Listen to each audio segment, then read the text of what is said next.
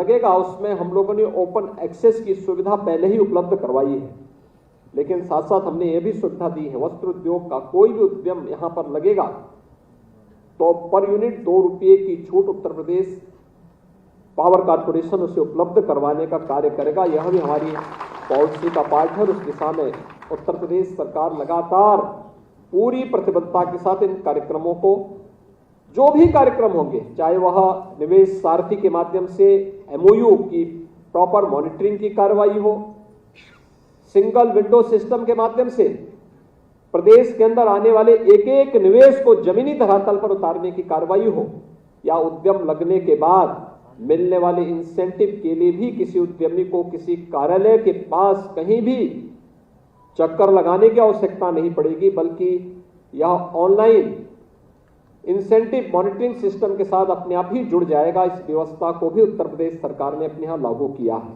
और इसलिए मैं आज के इस अवसर पर आप सबको इस बात के लिए आश्वस्त करता हूं, उत्तर प्रदेश न केवल आपकी सुरक्षा के लिए बल्कि उत्तर प्रदेश में आने वाली आपकी एक एक पूंजी की सुरक्षा के लिए भी आपको पूरी गारंटी देता है और इसके लिए हम पूरी प्रतिबद्धता के साथ इन कार्यक्रमों को आगे बढ़ा रहे हैं।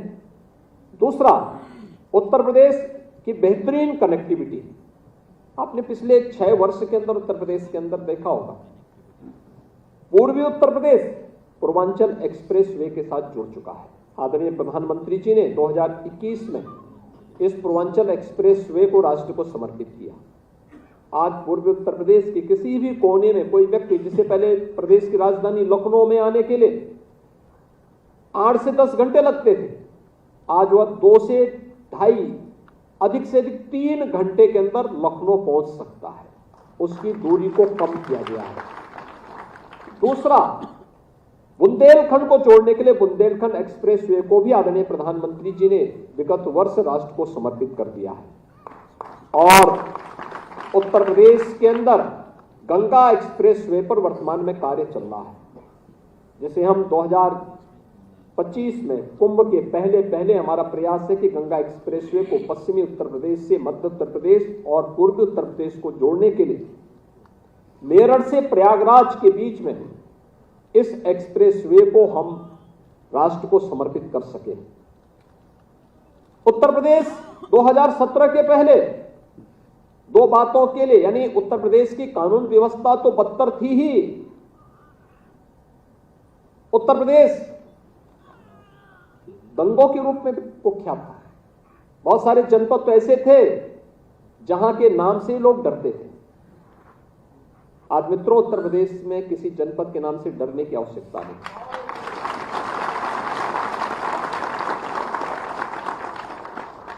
जो पहले उत्तर प्रदेश के पहचान के लिए संकट थे, आज स्वयं आप देख रहे होंगे कि उनके लिए स्वयं ही संकट बनता जा रहा है।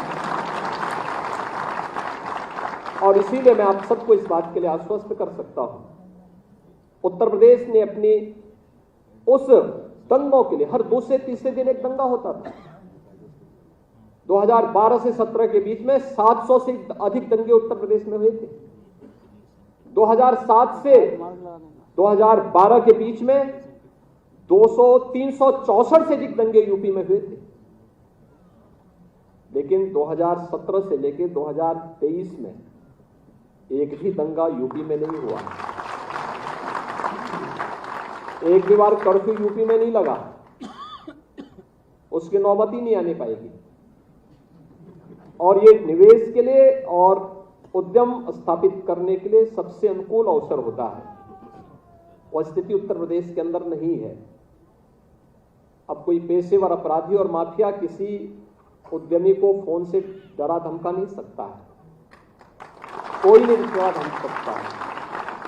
उत्तर प्रदेश आज बेहतरीन कानून व्यवस्था की गारंटी आपको देता ही है, लेकिन जो 2 अन्य कलंक यूपी में थे कि जहां से यूपी में घुसो, जहां से सड़कों में गड्ढे दिखाई दें, समझ लो उत्तर प्रदेश की सीमा आ गई है। लेकिन आज उत्तर प्रदेश की इंटर स्टेट कनेक्टिविटी को हम लोग 4 लेन के साथ जोड़ चुके हैं।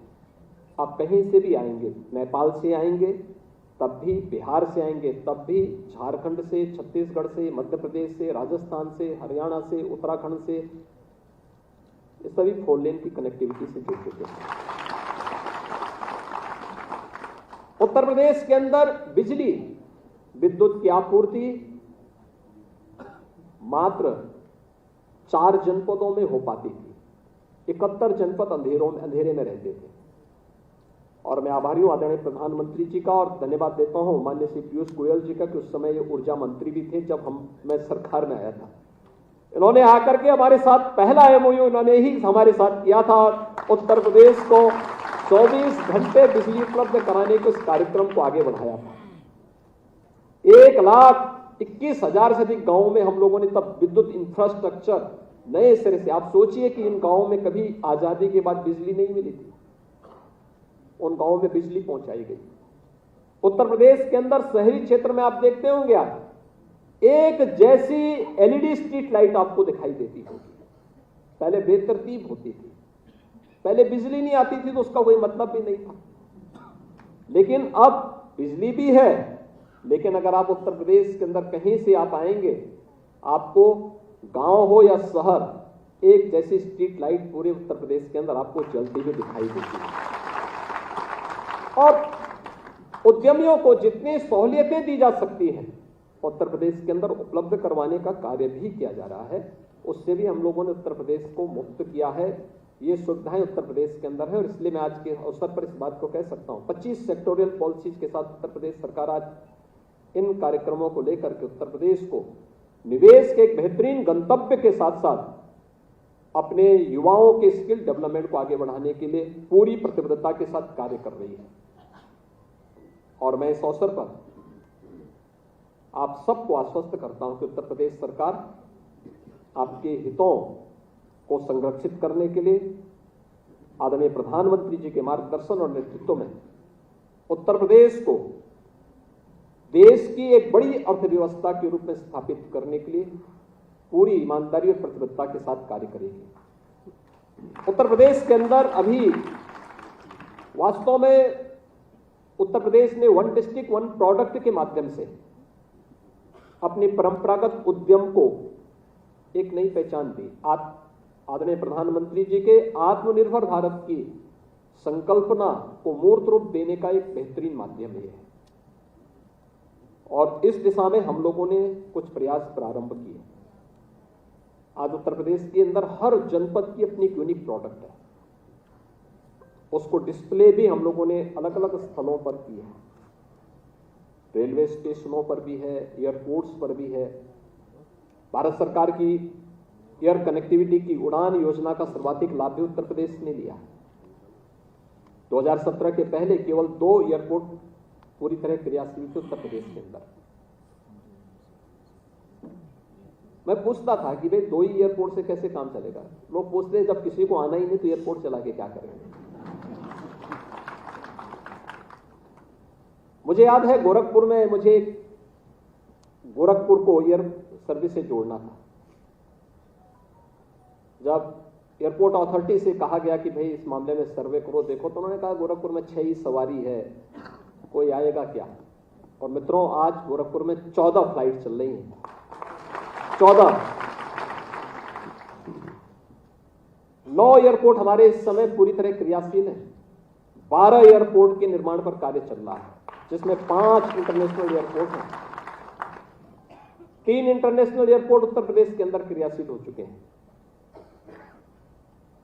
भारत सरकार योजना ही देंगी, राज्य सरकार को अपनी क्षमता का प्रदर्शन करना होगा, बताना पड़ेगा कि हम इस योजना से कितना लाभ ले सकते हैं। उत्तर प्रदेश इस दिशा में जिस तेजी के साथ आगे बढ़ा है, उत्तर प्रदेश के 1 डिस्ट्रिक्ट 1 प्रोडक्ट ने उत्तर प्रदेश के एक्सपोर्ट को भी बढ़ाने में मदद की। और अब तो उत्तर प्रदेश के बारे में जब हम लोग आए थे, एक बात होती थी कि लैंडलॉक्ड स्टेट है, कोई संभावना नहीं है। आदरणीय प्रधानमंत्री जी ने उस समस्या का भी समाधान कर दिया।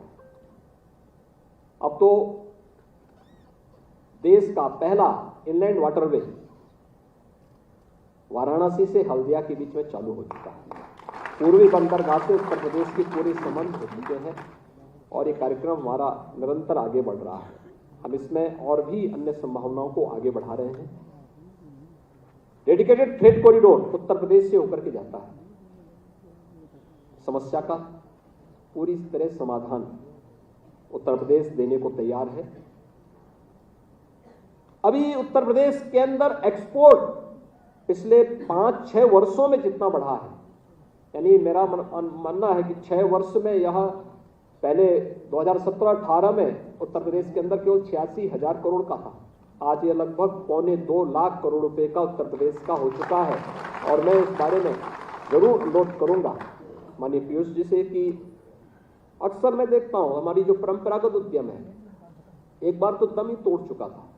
वन डिस्ट्रिक्ट वन प्रोडक्ट आदरणीय प्रधानमंत्री जी की प्रेरणा से जब हमने प्रारंभ किया उसमें कुछ जान आई, उसमें कुछ तेजी आई, उसको लगा कि अब उसको एक पहचान मिलेगी, वो आगे बढ़ रहा है और अच्छी संभावनाएं उसमें दिखाई दी।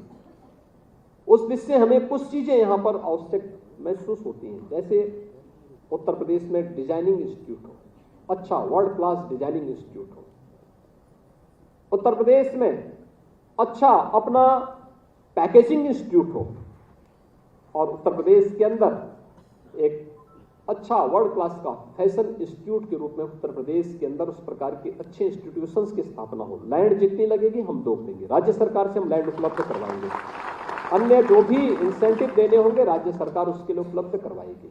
भारत सरकार और वस्त्र मंत्रालय के स्तर पर इस संबंध में हमें सपोर्ट मिल जाता है तो हमें इसे और अच्छी ऊंचाइयों पर वन डिस्ट्रिक्ट वन प्रोडक्ट में जितना पोटेंशियल है और उत्तर प्रदेश जैसे राज्य में जितना पोटेंशियल है इसको हम एक नई ऊंचाइयों तक पहुंचाने में हमें सफलता प्राप्त होगी। मैं एक बार फिर से आज माननीय पीयूष गोयल जी का, माननीय श्रीमती दर्शना विक्रम जरदोश जी का और भारत सरकार की आई हुई पूरी टीम का मैं हृदय से अभिनंदन करता हूं। आदरणीय प्रधानमंत्री जी के प्रति आभार व्यक्त करता हूं। हमारे जितने निवेशक गण हैं उन सब का मैं अभिनंदन करता हूं और विश्वास व्यक्त करता हूं कि उत्तर प्रदेश का यह जो पीएम मित्र मेगा टेक्सटाइल पार्क है, यह देश के अंदर जितने भी 7 पार्क भारत सरकार ने घोषित किए हैं उनमें सबसे पहले जमीनी धरातल पर कार्य करता हुआ दिखाई देना चाहिए। जो भी औपचारिकताएं जिस भी स्तर पर होनी है, यह कार्य प्रारंभ हो अगले 15 दिन के अंदर। जो भी एसपीवी तैयार होनी है, टेंडर फ्लोट होने हैं, भारत सरकार इस दिशा में जो भी प्रयास आगे बढ़ा सकते हैं राज्य सरकार इसमें भरपूर सहयोग करेगी। और मैं तो अपने टीम से भी कहूंगा कि वहां बाउंड्री वाल आदि के जो भी कार्यक्रम प्रारंभ होने सभी कार्यक्रम को हमें तेजी के साथ आगे बढ़ा देने चाहिए, जिससे हम एक समय सीमा के अंदर अगले 1.5-2 महीने के अंदर इस स्थिति में पहुंच सके कि आदरणीय प्रधानमंत्री जी को हम यहां आमंत्रित कर सकें और इस मेगा टेक्सटाइल पार्क का शिलान्यास उनके कर कमलों से हम संपन्न कर सकें। इस दिशा में आगे बढ़ने की अपनी तैयारी करनी चाहिए और यह उत्तर प्रदेश के लाखों नौजवानों के लिए नौकरी और रोजगार की नई संभावनाओं को विकसित करेगा। उत्तर प्रदेश में निवेश की एक नई संभावनाओं को आगे बढ़ाएगा। उत्तर प्रदेश के ग्लोबल इन्वेस्टर समिट से जो एक आशा भरी थी उत्तर प्रदेश के अंदर, उन आशाओं को एक नई ऊंचाइयों तक पहुंचाने में महत्वपूर्ण भूमिका का निर्वहन करेगा। इस विश्वास के साथ मैं एक बार फिर से आप सबका हृदय से अभिनंदन करता हूं। धन्यवाद। जय हिंद।